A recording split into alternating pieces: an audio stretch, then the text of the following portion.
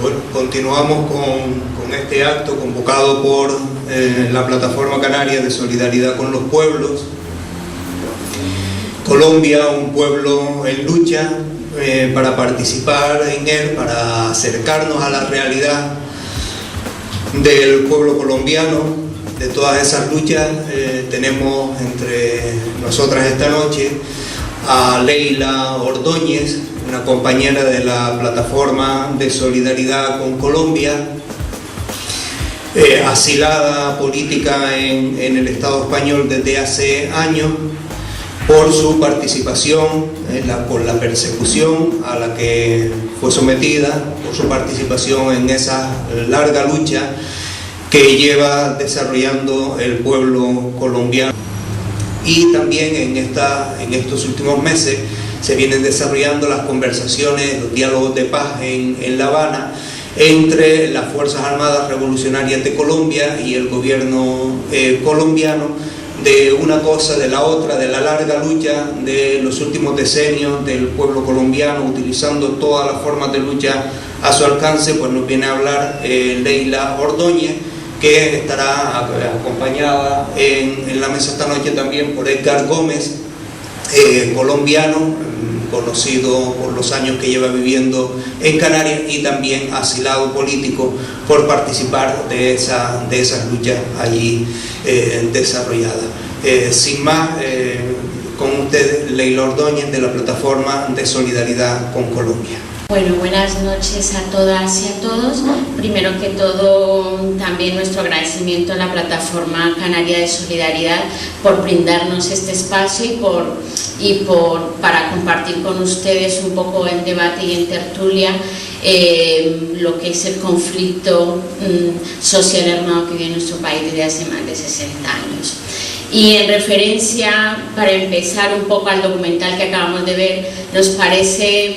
aberrante que cuando en Colombia el 58,3% de los hogares, tanto rurales como urbanos, tienen un grado bastante deficiente de seguridad alimentaria, donde el 20% de los niños menores de 5 años padecen una desnutrición crónica y el 1,3% una desnutrición aguda, nos demos el lujo de tirar los alimentos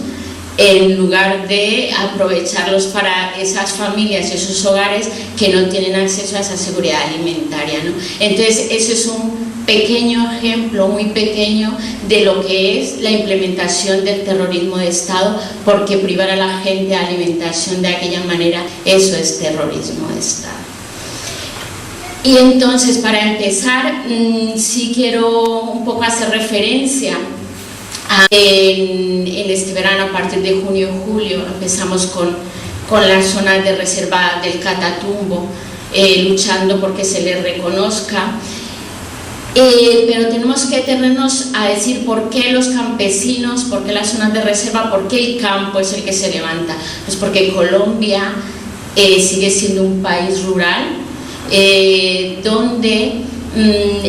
más del 52% de la tierra está en poder del 1/5 de la población colombiana, siendo que la población es básicamente rural. Tenemos en Colombia en este momento más de 5,5 millones de desplazados internos. Colombia ha desplazado a más gente que Afganistán y que Sudán, con unas guerras civiles internacionales declaradas, y en este momento ostenta el primer lugar en mayor número de desplazados internos en el mundo. Y gracias a ello también, porque es el país, gracias a esa diferencia que hay en la tenencia de la tierra, está entre los 5 países más desiguales del mundo, ¿no? Y esa desigualdad es una de las causas, es la causa principal que venimos arrastrando hace más de 60 años de conflicto político, social y armado, que hoy otra vez tiene un escenario de diálogos, como ya lo ha explicado Rafael, en La Habana, al cual también se está llamando al Ejército de Liberación Nacional, y el Ejército de Liberación Nacional dice que está dispuesto, pero también nos encontramos la contradicción del gobierno, porque más adelante vamos a ver los puntos que se tocan en esa agenda y cómo vemos que se desdice entre querer buscar una paz y realmente una paz con justicia social, donde esas causas que han originado ese conflicto sean eliminadas y nos llegue por fin a los colombianos a tener una paz con justicia social, ¿no? Parece que el gobierno, siempre que nos habla de paz, nos está hablando de una paz vacía, de una paz hueca, de la paz de los sepulcros a la que siempre nos han condenado los distintos gobiernos en Colombia. Entonces, las zonas de reserva campesina en este momento, lo que fue la zona del Catatumbo, se levantó pues porque las zonas de reserva campesina son una figura que nació en los 90 y fue una figura que buscaron los campesinos en busca de esa reforma agraria que todos los gobiernos les han negado, donde ellos exigían el tema del derecho a la tenencia de la tierra y a la territorialidad. Entre tierra, pues la tierra para cultivar, la tierra para trabajar, y cuando hablan de territorio, el reconocimiento de territorio es también el reconocimiento cultural en ese territorio. Entonces, un poco enmarcando las zonas de reserva campesina con unos proyectos económicos adecuados por los campesinos y trabajados por los campesinos, donde ellos presentan qué desarrollo agrario quieren sacar adelante, porque quién más que ellos para poder decir cómo debe trabajarse el campo, cómo pueden hacer que sea productivo, que puedan seguir dando alimento a toda la población y que además ellos sigan pudiendo sostener dignamente el trabajo de la agricultura. Pues bien, el gobierno se niega a reconocer ese derecho que ellos tienen, que se ganó en 1994 con la ley 160, que fue durante el gobierno de Samper, si no estoy mal, sí, de Samper, donde se daba la legitimidad a las zonas de reserva campesina. El gobierno colombiano no reconoce la zona de reserva campesina porque él tiene otro plan que se llama el Plan Consolidación para la zona de reserva. Esta zona de reserva, el Catatumbo, es una zona estratégica, primero porque en ella han encontrado un yacimiento de carbón mayor que la que existe en el Cerrejón, que es la más grande de América Latina a cielo abierto.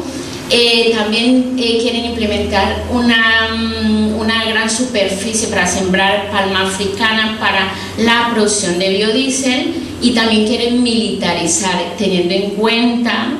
que la militarización, haciendo frontera con Venezuela, pues ya nos da un poco de puntada para dónde va caminando el tema del plan consolidación, cuando además quieren que sea el ejército el que implemente el plan, y los campesinos dicen que si ha sido el ejército y la fuerza de seguridad del Estado los que les han estado violentando, los que les han estado masacrando y los que les han desplazado, no pueden permitir que ahora se los introduzcan en sus zonas de reserva, a crear además un plan consolidación que no tiene nada que ver con su zona de reserva campesina. Pues bien, la gente del Catatumbo, el Catatumbo se movilizó y afortunadamente logró parar, logró detener y obligar al gobierno a que se sentara, y en este momento todavía se encuentran en discusión, discutiendo otro tema, el cual es el tema de la erradicación controlada del cultivo de la hoja de coca, porque puesto que a los agricultores, como lo pudimos ver en el documental y como podemos ver a través de todos los informes hasta la ONU, el agricultor le han obligado prácticamente a sembrar hoja de coca porque es lo único con lo que ellos se pueden sustentar para la subsistencia. Entonces ellos también presentan un plan de sustitución de cultivos, pero un plan controlado que no les lleve a la ruina y al padecimiento mayor del que ya vienen subiendo por ser unas comunidades olvidadas por el gobierno colombiano. Entonces empezaron a decir, claro, es que en Colombia se necesitan 10 o 20 o 1000 catatumbos más para que el gobierno nos reconozca, o sea, que existimos como comunidad y como proveedores de lo que es la seguridad alimentaria en el país. Tenemos que decir que además, gracias a las movilizaciones del paro nacional, la ley 70 la han tenido que detener y ahora están discutiendo porque porque dentro de las cosas que tienen la mesa de discusión, la discusión del gobierno con los campesinos, es la derogación de la ley 970. Igual como la MANE logró que la ley 30 la pararan a través de la movilización, ¿no? Entonces, desde el 19 de agosto los campesinos, las comunidades campesinas han entrado en paro, que el paro para nosotros es la huelga, ¿no? Es una huelga, o sea, se paró la producción agrícola, pero también se bloquearon las vías de acceso a las principales capitales en todos los departamentos, lo cual pues causó un desabastecimiento bastante atroz en las ciudades. Y en un principio el gobierno intentó hacer un cerco mediático para que no se enterara nadie, ni el mundo, ni la propia Colombia urbana, de que efectivamente un paro se estaba llevando adelante, y llegó hasta el cinismo de decir públicamente: compatriotas, el tal paro no existe. Y lo que pasa es que el cerco mediático se logró romper gracias a las comunicaciones alternativas, los medios de comunicación alternativas, que también estaban organizados para hacer frente, porque sabían que los medios de comunicación en Colombia, que además pertenecen al grupo Prisa, hacen juego el sistema, y los más media pues en este momento a nosotros como pueblo no nos beneficia, sino que benefician al poder. Entonces ese cerco mediático logró romperse, además de que las marchas campesinas llegaron a las capitales y los estudiantes, los trabajadores, trabajadoras, los educadores también entraron, los trabajadores de la salud también entraron en huelga, exigiendo y haciendo sus exigencias como gremio, pero también apoyando el campo, porque si hablamos de que Colombia sigue siendo un país rural, hablamos que todos somos agrodescendientes. Todos en este momento en Colombia descendemos de campesinos, o sea, muy poco el que puede decir que en Colombia no desciende de una comunidad campesina o no viene del campo. O sea, todos somos agrodescendientes, y en algún momento eso también ha tocado y ha podido hacer que ese cerco mediático, y que en lo urbano también se den cuenta del padecimiento que tienen las comunidades campesinas. Los campesinos presentaron previamente un pliego de peticiones al gobierno, donde ellos exigían sentarse con unas delegaciones que ellos habían seleccionado, escogido de cada comunidad agrícola, de cada departamento, para entrar a discusión de los puntos en que ellos estaban llamando la atención. Y entre este pliego de peticiones, por ejemplo, tenían el tema de defensa del territorio y del tierra y territorio, ¿no? Entonces, primero exigen implementación de medidas y acciones frente a la crisis de la producción agropecuaria, como la reducción de costos en todo lo que tiene que ver con lo que ellos hablaban, ¿no? El combustible, los pesticidas, todo el material que ellos necesitan para poder cultivar, la derogación de la ley 970, el freno a las importaciones, que también lo pudimos ver en el documental, porque también para hablar de lo que han sido las aperturas económicas y el Tratado de Libre Comercio, nos podemos ir al gobierno de César Gaviria, que fue quien le aperturó el neoliberalismo en Colombia, cuando puso a los campesinos con unas condiciones que después de 15 o 20 años las siguen teniendo, carentes de carreteras, carentes de tecnología y de tecnificación, les ponen a competir con países y con agriculturas tan subsidiadas y desarrolladas como las norteamericanas, no como la norteamericana. Entonces ahí empezó el debacle de los campesinos en Colombia. Y entonces ese freno de importaciones es el que también está pidiendo, y fortalecimiento de la economía campesina, el reconocimiento a la territorialidad campesina de afrodescendientes e indígenas. Es cuando ellos hablan de la identidad cultural, ¿no? La identidad cultural también tienen que verla, y la plantean en las zonas de reserva campesina, donde también piden una delimitación de constitución de las zonas de reserva campesina. No solamente existe la zona de reserva campesina del del Catatumbo. Existen 6 zonas de reserva en Colombia, lo que pasa es que para la zona del Catatumbo, precisamente como el gobierno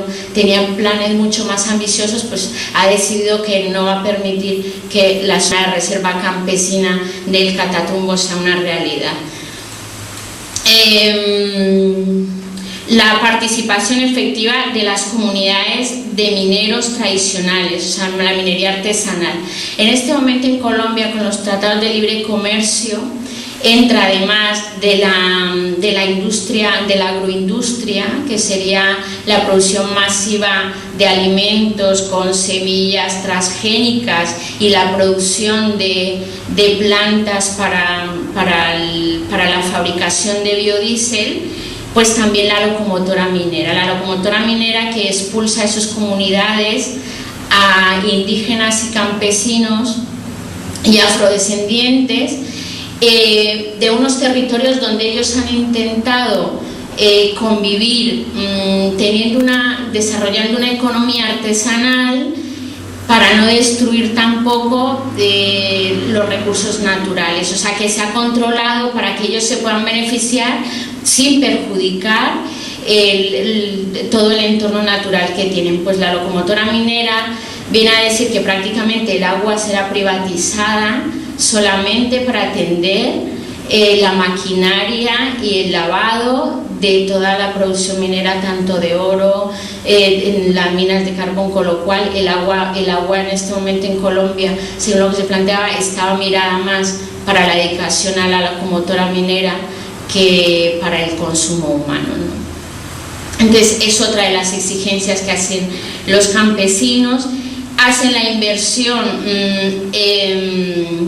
exigen la inversión social en la población rural y urbana, la derogación de la Ley 30 de 1992, el reconocimiento de la educación como derecho fundamental y bien común, y aquí es donde la lucha se junta con la lucha estudiantil, y es cuando hablamos que la MANE se movilizó el año pasado juntamente también con los campesinos que ayudaron con los y las trabajadoras. Se unieron a decirle al gobierno no están de acuerdo con la ley 30, y la ley 30 se para, y efectivamente al gobierno tampoco le quedó de otra sino de parar la ley 30, y ahora los estudiantes han dicho vamos a salir porque es que la ley 30 la quieren cambiar por otra para hacerles, como decimos nosotros en Colombia, el mico a los estudiantes y al final privatizar y mercantilizar la educación pública. Entonces, otra petición que se hace dentro de lo que ha sido el paro agrario, con lo que vemos que no es solo el paro agrario, es un paquete de medidas que lleva a beneficiar de unas exigencias de los derechos del pueblo colombiano. Detener la privatización de los servicios públicos, es aquí donde entró el sector de la salud también, es decir, la ley 100 que convirtió a los seres humanos en mercancía y en valores, en un signo de dólar o de pesos que sería para nosotros, en lugar de ser un ser humano que solicita un servicio, ¿no? En Colombia no existe la seguridad social como tal, y el que tiene seguridad social es porque trabaja y porque la paga. O sea, no existe la seguridad social como aquí, que ahora también está en peligro, en vías de extinción. Pues en Colombia la ley 100 ya extinguió ese derecho, y hoy están reclamando en el pliego de petición en las comunidades de que esto sea derogado. Pues, ¿qué respondió el gobierno? Ese tal paro no existe y no voy a hacer a las exigencias de la zona del Catatumbo. 5 muertos en las manifestaciones del Catatumbo, cientos de heridos y cientos de detenidos y judicializados. El tal paro no existe, pero saco toda la maquinaria de las fuerzas de seguridad del Estado, militarizo las ciudades y saco el SMAT, que son las fuerzas policiales antidisturbios, a que haga frente a ese paro que no existe. Y ese paro que no existe, con esas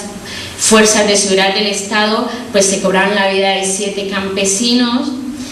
cientos de heridos, más de 500 personas detenidas, judicializadas. Entre ellas, como no podía ser de otra manera, ellos tenían que dar un golpe de efecto y tenían que advertir a la comunidad campesina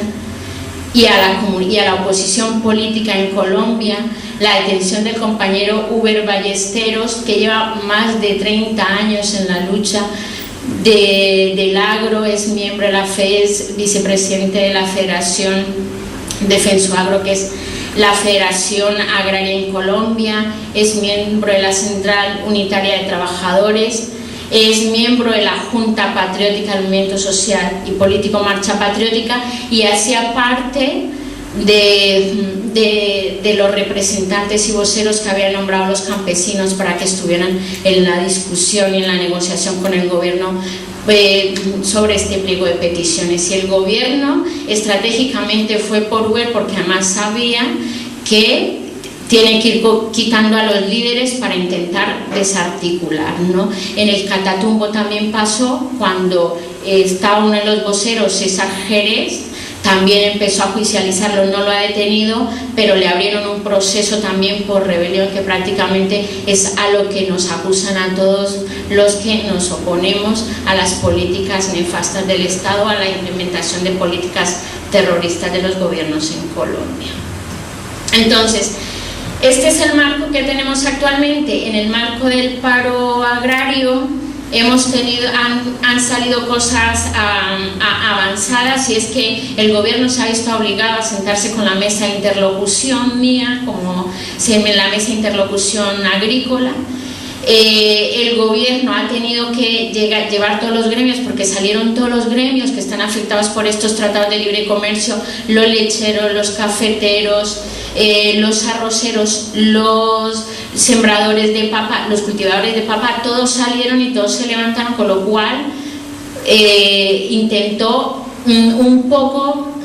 minar y hacer acuerdos aparte para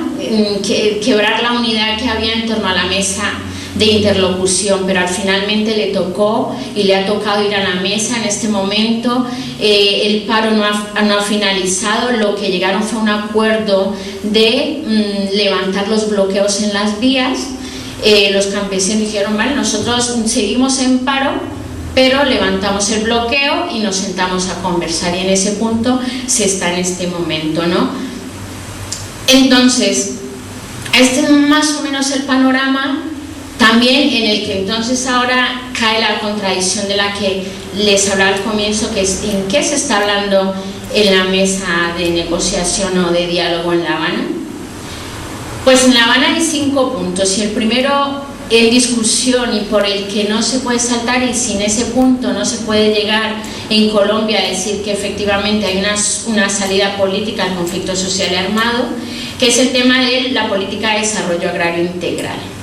Y cuando nosotros estamos hablando de política de desarrollo integral, estamos diciendo que el campesino tiene que ser oído, las comunidades campesinas tienen que participar, como lo han hecho saber a través de la participación de las comunidades campesinas en el foro que abrió Naciones Unidas con la Universidad Nacional, el gobierno y la mesa de diálogo. Acordaron de que no se les permitía estar en la mesa, pero se abrió un foro donde las comunidades campesinas y agrícolas fueron y presentaron las propuestas que ellos tenían para un desarrollo agrario integral que les beneficiará realmente. Si este punto está en discusión en la mesa de diálogo, si en este punto se llevaron las zonas de reserva campesina, donde el gobierno dice que efectivamente van para adelante con ese punto, y ese punto han pasado sin que hayan reconocido definitivamente las zonas de reserva campesina, entonces ¿de qué estamos hablando en La Habana si el gobierno no está dispuesto a que ese desarrollo agrario integral que beneficie a los campesinos sea viable, ¿no? Primera contradicción. El segundo punto es el segundo de la participación política, y en este punto es el que han empezado nuevamente, lo han retomado esta semana, si no estoy mal, han retomado nuevamente el trabajo en la mesa de diálogo. Y estamos hablando de participación política en Colombia, cuando el movimiento social y político Marcha Patriótica, que tiene 1 año de existencia, eso sí, después de venir caminando más o menos 3 años de construcción, ya está estigmatizado, ya tiene prisioneros políticos, ya tiene desaparecidos y ya tiene asesinados. Entonces, ¿de qué participación política estamos hablando si en este momento no hay participación política para el opositor político que no está armado?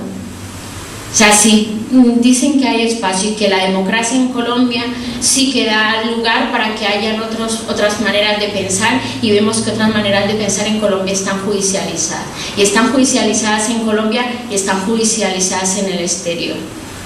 porque nos siguen persiguiendo los que seguimos oponiéndonos a las políticas de exterminio que tiene el sistema colombiano. Entonces, organizaciones como el Polo Democrático también tienen bajas, el Congreso de los Pueblos, Minga, porque hay muchos otros referentes, pero en este momento, como el movimiento más grande y el que más aglutina es Marcha Patriótica y aglutina movimiento social y popular, tienen que quebrar el movimiento. Y entonces ahora ya tienen nexos con la FARC, lo ha financiado las FARC y todos, porque tanto César Jerez como Ver Ballesteros hacen parte del movimiento social y político Marcha Patriótica. Piedad Córdoba hace parte del movimiento social y político Marcha Patriótica y también se le ha judicializado y se le ha quitado en medio políticamente, habiéndola penalizado y sancionado y no pudiéndola que ella participe en unas elecciones como tal. Entonces al gobierno lo que interesa en este momento es el desarme. Entonces está todo el tiempo diciendo la insurgencia, a ver cuándo se desarman, que es que 2014 está allí y hay elecciones. Dice, pero ¿cómo pueden haber elecciones en un estado? Y nos preguntamos nosotros, ¿cómo pueden haber elecciones reales y fiables con unas medidas y con una persecución, una represión contra la oposición política como la que encontramos en este momento? El tercer punto que está en discusión es el tema del fin del conflicto, que es lo que ellos contemplan como la dejación de armas. La insurgencia dice que en ningún momento ha planteado dejar las armas. Ya veremos cuando lleguemos a ese punto, a ver si es que se alcanza a llegar a ese punto, porque tal como está,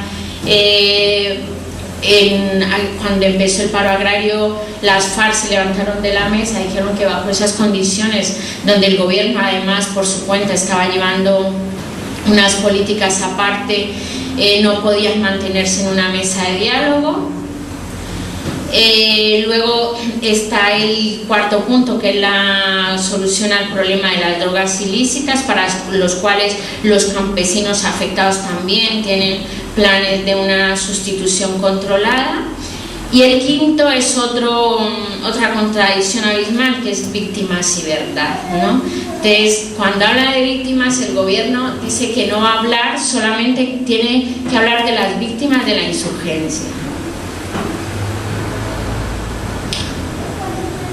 Y en este momento, la mayoría de las víctimas, más del 90% de las víctimas en Colombia, está ocasionada por el terrorismo de Estado, por acción y por omisión, y ha sido reconocido por los diferentes organismos de derechos humanos, incluidas Naciones Unidas. Entonces, si vamos a hablar solamente del 10% de las víctimas, ¿qué vamos a hacer con un Estado que ha desaparecido y asesinado a más gente por sus condiciones políticas que todas las dictaduras del Cono Sur? Como también ya lo ha reconocido Naciones Unidas, porque no le ha quedado otra al hacer un recuento y darse cuenta. Entonces en la revista Semana lo sacan como qué mal, o sea, ya hemos superado y seguimos contando, sí, pero es que las hemos superado hace rato y ya lo sabíamos, sino que ahora, como estamos hablando de justicias transicionales y de justicia y paz, que igualmente son una falacia, pues tenemos que reconocer que efectivamente entonces sale el gobierno a decir, sí, nosotros reconocemos que tenemos que pedir perdón porque ha existido y porque hemos sido verdugos, ¿no? Pero también es que cuando él hace reconocimiento, parte de 1958, ¿y qué hacemos con los años 20? ¿Qué hacemos con la masacre de las bananeras? ¿Qué hacemos con el asesinato de Jorge Eliezer Gaitán y con la época de la violencia que se cobró tantas miles, que en esa época todavía no existía la insurgencia, señores? Entonces, ¿qué hacemos entonces en ese momento? esas víctimas también son del Estado. Pero bueno, entonces, ¿cuál es la memoria histórica y la memoria de las víctimas que queremos reconstruir si de paso ya estamos negando más de 2 décadas de violencia, cuando todavía la insurgencia no existía como tal y vinieron a nacer a partir de 1964, que se empezaron a existir como tal, y en el 48 y 50 pues las guerrillas liberales en lo que se llamó la época de la violencia, que era la violencia bipartidista. Y este fenómeno viene de hace 60 años, de cuando las guerrillas liberales, de cuando el asesinato de Jorge Eliezer Gaitán, la eterna represión contra el pueblo campesino en Colombia y contra la oposición política, la masacre de las bananeras, 2 diálogos de paz, dejación de arma por varias organizaciones guerrilleras, aniquilamiento de estas organizaciones que entregaron las armas, como fue el caso del M-19, una incisión del EPL y del ELN que se entregaron y todos fueron asesinados. ¿Qué hacemos con el exterminio de la Unión Patriótica, que también nació de un proceso de diálogo en los 80 en búsqueda de esa salida política y de decir, por las urnas podemos llegar al poder y podemos llegar a defender nuestros derechos? Y fue un partido que fue exterminado. Entonces, es como volvemos a entrar en un nuevo ciclo, ¿no? Y no vamos a ser fatalistas, o sea, vamos a decir que cuando se llega a una mesa de diálogo en Colombia es porque ninguna de las fuerzas puede decirse que ha salido victoriosa. La insurgencia no ha podido derrotar al Estado, el Estado no puede derrotar a la insurgencia y por eso se ve obligado a sentarse a la mesa, porque tú se ha reducido al enemigo, no dialogas con él, le pones unas condiciones y ya está. Y en Colombia, entonces, cada 10 años, cada que contamos miles de muertos más del conflicto armado, entonces se sienta en una mesa para luego seguir contando víctimas, porque es que además el gobierno no reconoce el conflicto social. Y es que el conflicto social en Colombia es un hecho y la causa del conflicto armado es un conflicto social, y con que las guerrillas en Colombia que existen se desmovilicen, no vamos a llegar a una paz verdadera, porque si no se han eliminado las causas y a los campesinos se les sigue explotando y se les sigue desconociendo de esta manera, si se les está expulsando de sus territorios para entrar a las transnacionales y se les está obligando a los cinturones de miseria de las grandes ciudades, que va a ser caldo de cultivo para que se sigan presentando fenómenos de violencia. Entonces no es una paz real la que realmente estamos hablando, pero sin embargo es una época esperanzadora, porque es una época donde se ven fuerzas y donde, por ejemplo, en este momento el pueblo está organizado y está diciendo, es que a nosotros en la mesa de algo nos están desconociendo y nosotros somos afectados, y sin nosotros, sin nuestra participación y sin que se nos solucionen nuestros problemas, no puede haber una salida política. Y como no puede haber una salida política, sin nosotros vamos a demostrar que estamos aquí. Entonces el pueblo, como el gobierno sigue diciendo, no van a estar en una mesa de negociación porque el conflicto es armado, a los campesinos han dicho, no señores, que nosotros existimos y somos parte del conflicto, y como somos parte del conflicto somos parte de la solución, y lo están demostrando saliendo a la calle a pesar de la represión, del aniquilamiento que durante todos estos años se ha cometido contra este movimiento campesino. La dignidad sigue vigente y han decidido que este es el momento y que este es el momento de salir a luchar, porque no tienen tampoco nada que perder.